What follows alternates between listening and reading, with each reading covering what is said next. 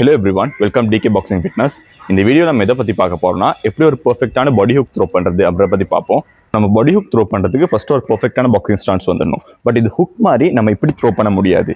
கொஞ்சம் ஆங்கிளை டில்ட் பண்ணி பாடியை எய்ம் பண்ணி கொஞ்சம் இப்படி த்ரோ பண்ணணும். ஸோ சரியாக அப்சர்வ் பண்ணிக்கோங்க. நீங்கள் பாடி ஹுக் த்ரோ பண்ணும்போது சரியாக க்ளோஸ் ரேஞ்சில் இல்லை மிட் ரேஞ்சில் இருக்கணும். நீங்கள் ரொம்ப ரேஞ்ச் பின்னுக்கு இருந்தீங்கன்னு சொன்னால் உங்களுக்கு அட்டாக் பண்ண முடியாது.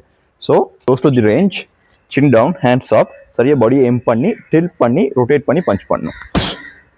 One more. இப்போ நம்ம லெஃப்ட் பாடி ஹுக் எப்படி த்ரோ பண்ணுறதுன்னு பார்த்தோம். அதே மாதிரி ரைட் பாடி ஹுக் எப்படி த்ரோ பண்ணுறதுன்னு பார்ப்போம். இப்போ நம்ம லெஃப்ட் பாடி ஹுக் த்ரோ பண்ணும்போது ஒரு ஆங்கிளை டில்ட் பண்ணி அப்ளை பண்ண சொன்னேன். பட் இதுவே ரைட் பாடி ஹுக் த்ரோ பண்ணும்போது நீங்கள் ஆங்கிளை டில்ட் பண்ண தேவையில்ல. ஜஸ்ட் ஸ்ட்ரைட்டாக இப்படி ரொட்டேட் பண்ணி இப்படி பஞ்ச் பண்ண முடியும். இதுக்கு ரீசன் என்னன்னா, நீங்கள் ரைட் பாடி ஹுக்கை வந்து இப்படி டில்ட் பண்ணி நீங்கள் ஃபைட் பண்ணீங்கன்னா நீங்கள் லெஃப்ட் சைட் போயிட்டு லெஃப்ட் பாடி ஹுக் த்ரோ பண்ணும்போது ரொம்பவே டிஃபிகல்ட்டாக இருக்கும். ஸோ எப்பயுமே ரைட் பாடி ஹுக்கை நீங்கள் இப்படி ஸ்ட்ரைட்டாக ரொட்டேட் பண்ணி பஞ்ச் பண்ணுங்கள். ஸோ சரியாக அப்சர்வ் பண்ணுங்கள்.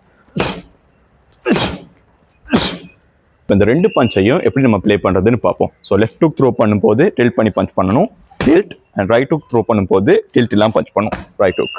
ஓகே, ஸோ சரியாக பார்த்துக்கோங்க. Left hook, right hook, left hook, right hook, left hook. So alright everyone, இந்த வீடியோவில் எப்படி ஒரு பர்ஃபெக்டான பாடி ஹுக் த்ரோ பண்ணுறது அப்படின்ற பற்றி பார்த்தோம். அண்ட் இது மாதிரி பாக்ஸிங் உங்களுக்கு ப்ராப்பராக கற்றுக்கணும்னு ஏதாச்சும் ஒரு ஐடியா இருந்துச்சுன்னா கீழே இருக்கிற நம்பரை ஹெல்ப் பண்ணுங்கள். டிகே பாக்ஸிங் வந்து ஜாயின் பண்ணுங்கள்.